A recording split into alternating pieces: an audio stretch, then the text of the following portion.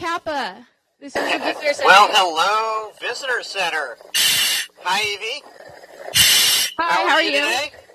Great. We're doing great down here, underwater Anacapa Island. And I'm Ranger Dave. I am a park ranger at Anacapa Island, which is part of Channel Islands National Park. This is one of 5 islands that make up Channel Islands National Park. But it's not just the islands, it's the waters that surround them as well. And today for Channel Islands Live, we're going to show you a little bit about the hidden part of this park. We have a large group of Ventura Junior Rangers joining us today at our Visitor Center Auditorium in Ventura. So let me hear a big shout out, hello from all of you and everybody else in the auditorium there. That's proof that we're live, if nothing else is. We also have some people here on the island at Anacapa watching us. Kathleen, do we have people down on the dock right now, or have they gone up to the top of the island? There, Dave. Everybody's going up to the island, but they're coming back down. Okay, they'll join us for the 2 o'clock program. And we have people viewing, as always, over the internet. Thank you to our tech partners, Ventura County Office of Education and Explore.org, for making that happen. And so I'd also like to dedicate this program today to our good friend and team member, Joe, who's always down here with us on this very special day. So we're live. Let's see what we can find today in the Kelp Forest. But of course, I just gave it away, Evie.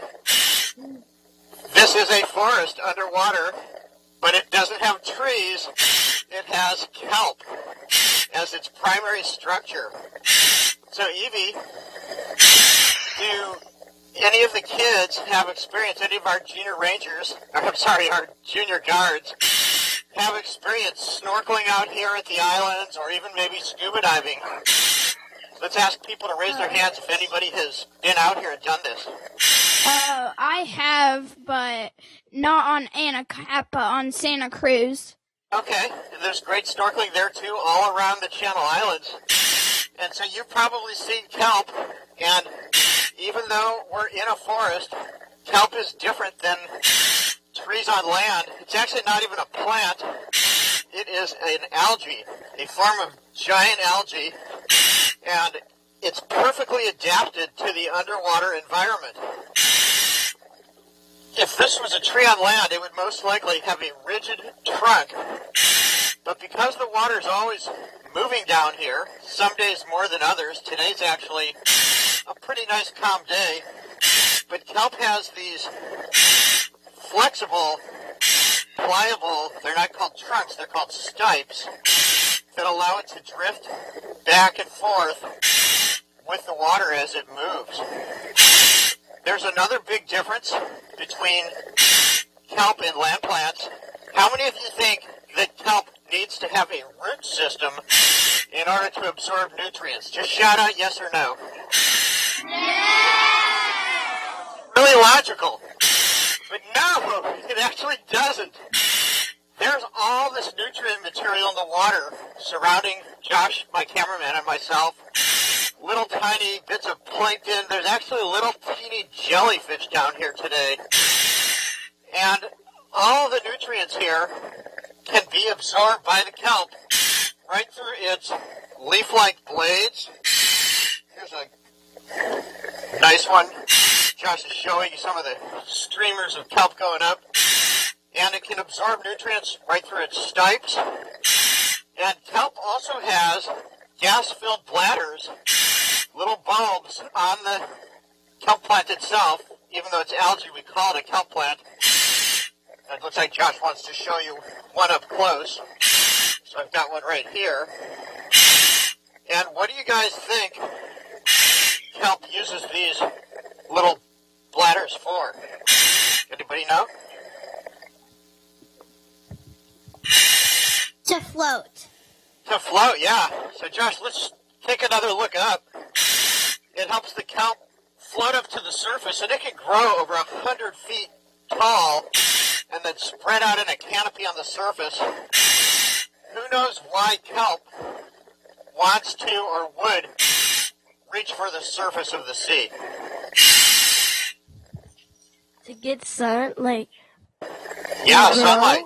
So even though we're underwater, and kelp is an algae, not a plant, it still uses the energy of the sun, and through a process called photosynthesis, kelp converts sunlight energy into energy down here, and it creates a food source and also a habitat for over 1,000 different kinds of living things, both algae, plants, and animals.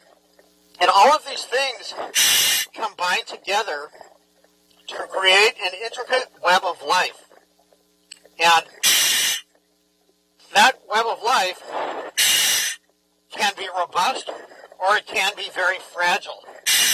And so here, the spot we're in today has been protected not only because it's part of a national park and part of Channel Islands National Marine Sanctuary as well, but this particular spot on Anacapa is protected as a marine reserve.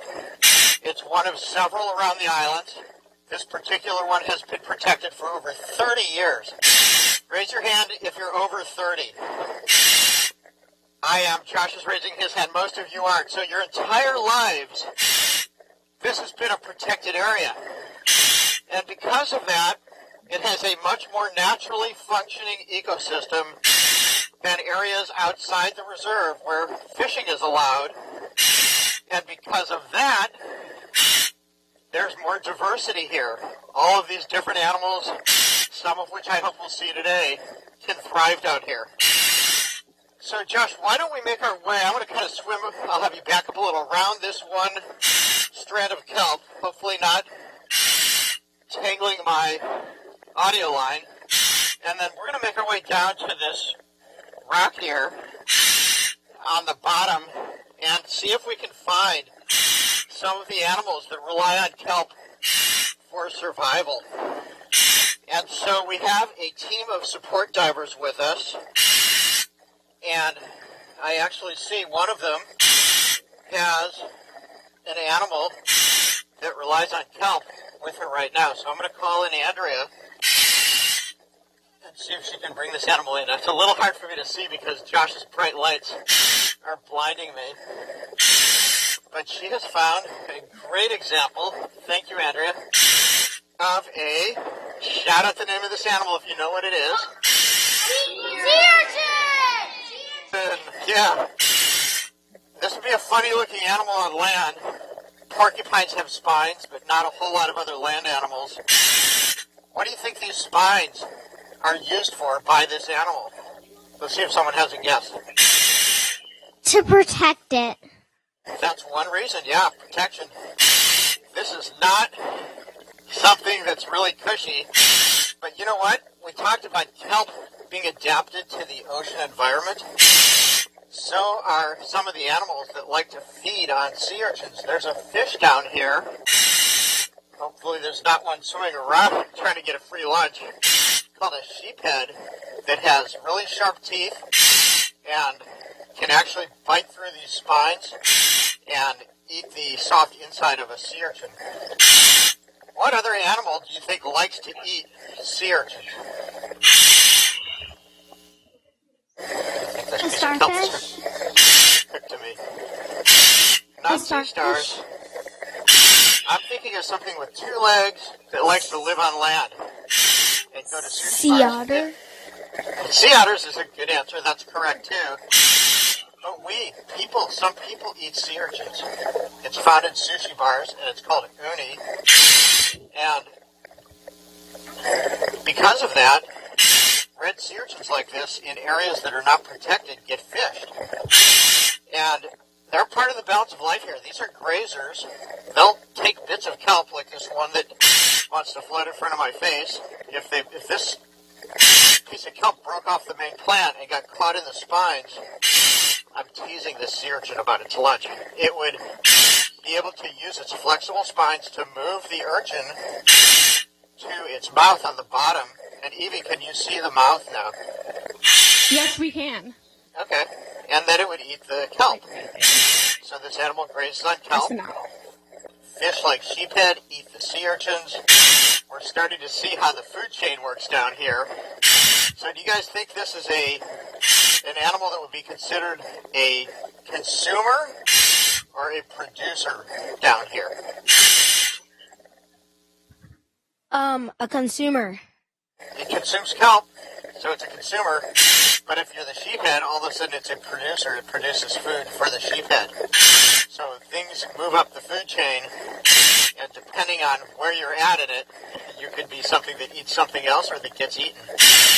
So sea urchins being part of the balance of life, if too many of these are fished in areas where fishing is allowed, their smaller cousin, which is a purple sea urchin, will fill the void.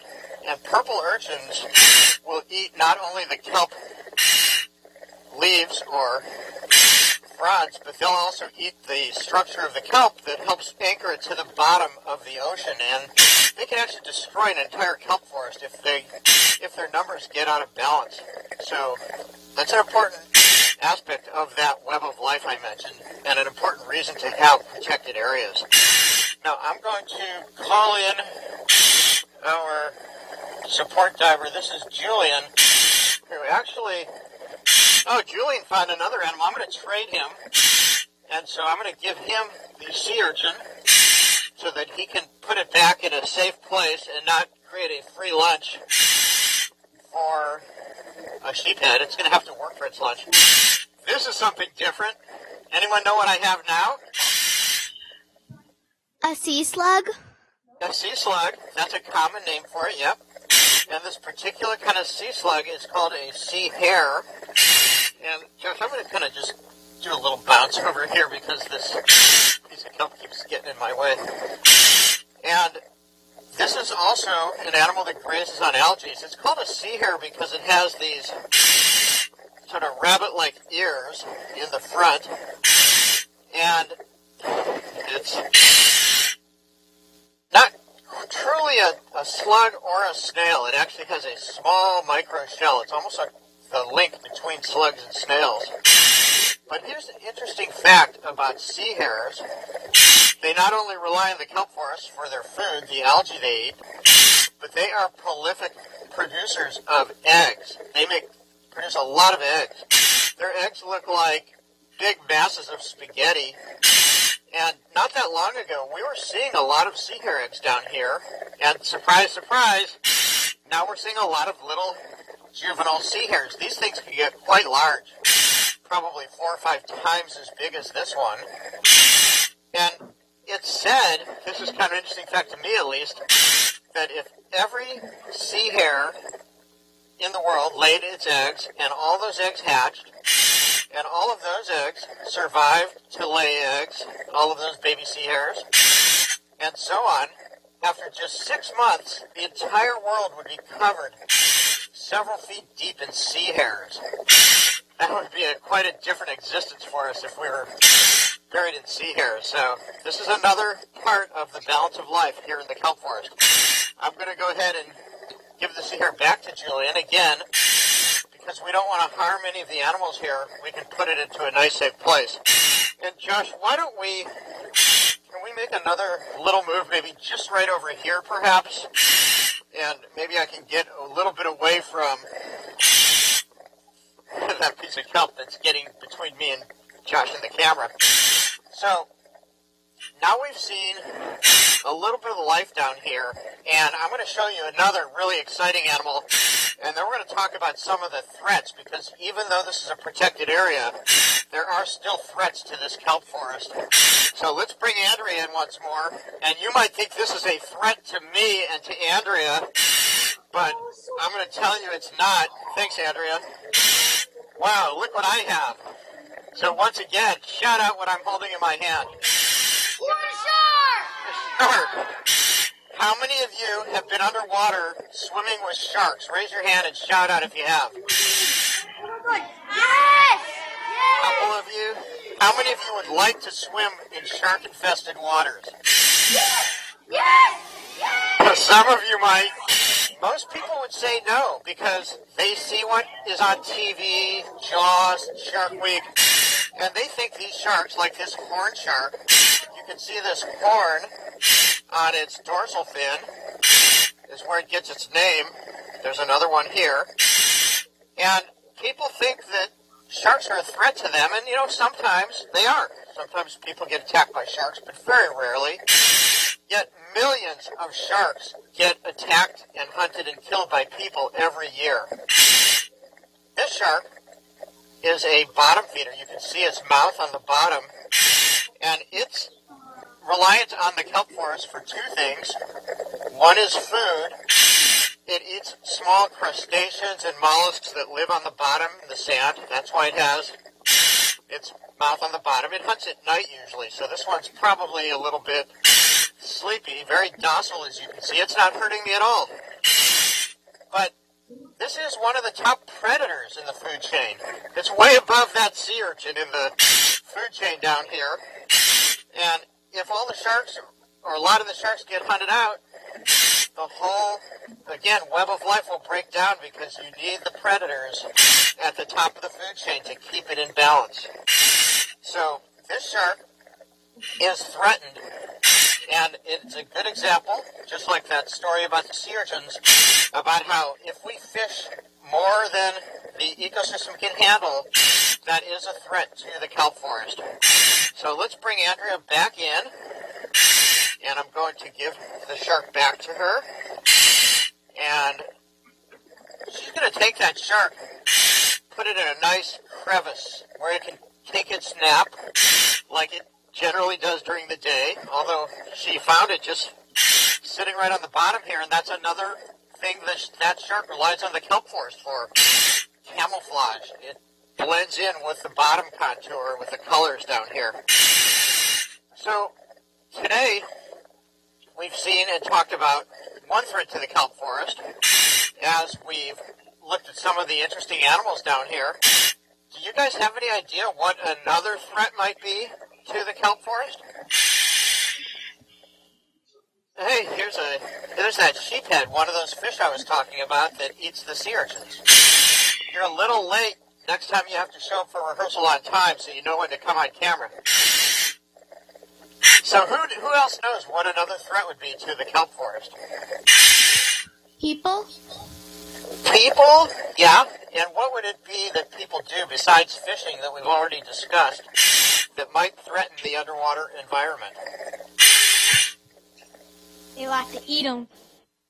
Eat them? That ties into fishing. Have you ever been to the beach and seen a bunch of trash laying around on the sand? Seagulls eating on it. But some of that will blow into the ocean. Also, sometimes it'll float down the storm drains and out to sea, and that creates pollution. Now, here at the Channel Islands, whether we're in a marine reserve or not, these islands tend to have less pollution than mainland areas. Why do you think the islands 10, 15, 25 miles offshore would have less pollution than the mainland?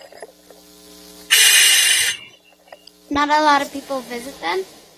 Yeah, people do visit. We encourage you to come, hike the islands, go camping if you like, swim in the waters here, go kayaking and sailing. But there are less people here. This is a wild area, and we're upstream from most of the people and the pollution sources, so it's cleaner here. But does anyone think there's no pollution at all on this part, in this part of the ocean? Oh, dead silence. Yeah, there is pollution out here. And was there an answer, Evie? Yes, just one. Here. Yes. There is. Said yes. It's less than on the mainland, but plastics especially that wash into the ocean circulated to the farthest reaches of the ocean. So pollution is a threat. The other thing that can affect this kelp forest, and it did this year, was if the water temperature changes. Have any of you been aware of what's called El Nino? I'm sure most of you have heard of this. And let's hear a shout out if you know what El Nino is. Yes.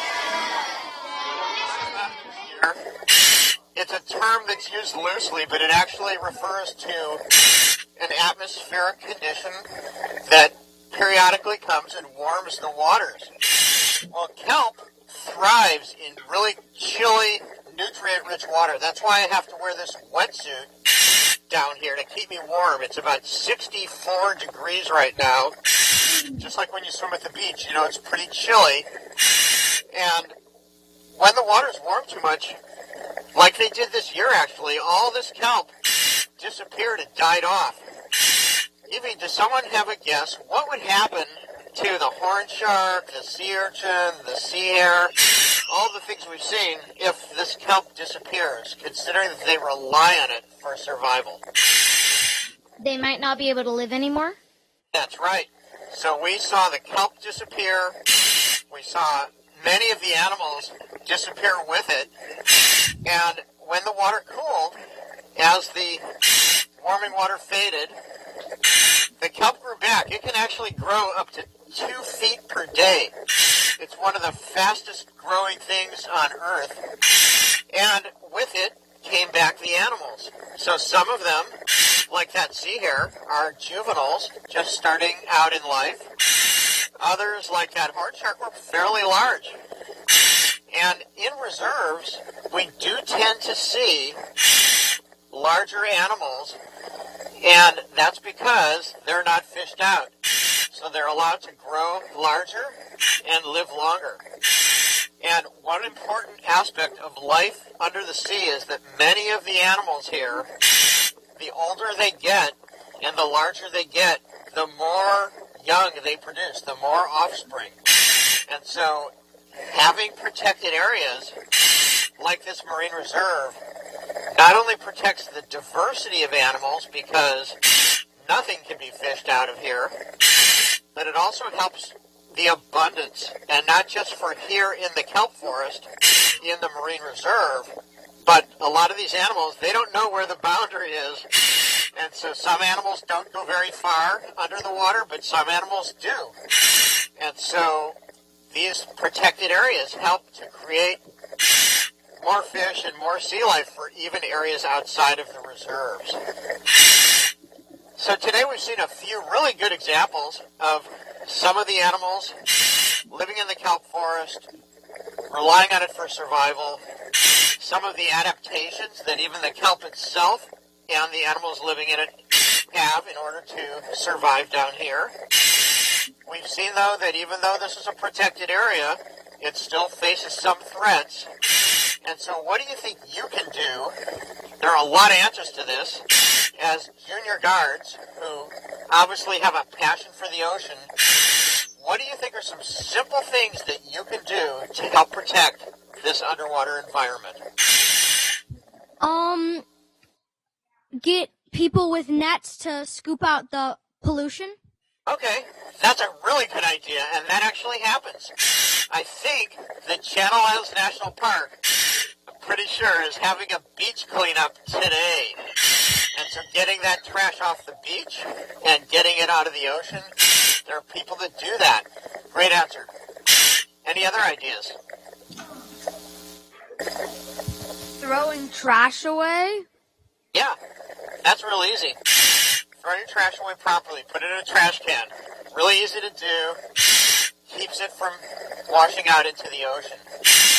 And one other thing we can all do is just to be maybe a little bit more careful about not being wasteful. Because the less we consume of things we don't need, the less of an impact on the overall environment of the planet. And 2/3 of the planet is ocean. So whatever we do that helps the planet helps the ocean, and whatever we do to help the ocean helps the planet. And that's really important to all of us for a lot of reasons. It's important to those animals that live down here, but I'll tell you one last reason why this kelp forest is important to all of us for survival, not just for the animals that live in it. Kelp and other marine algae produce a large portion of the oxygen in the air that we breathe. And I know you can hear me breathing throughout this program because my regulator is right next to my microphone. But I'd like all of you to take a deep breath right now. And some of that air, some of the oxygen you just breathed was produced right down here in the Kelp Forest. So let's help keep the health of the Kelp Forest up. Let's go out and enjoy the oceans. And let's do it for us, for the animals down here, but also for future generations. So thank you guys, junior guards. Go back out and play in the ocean now. Good night.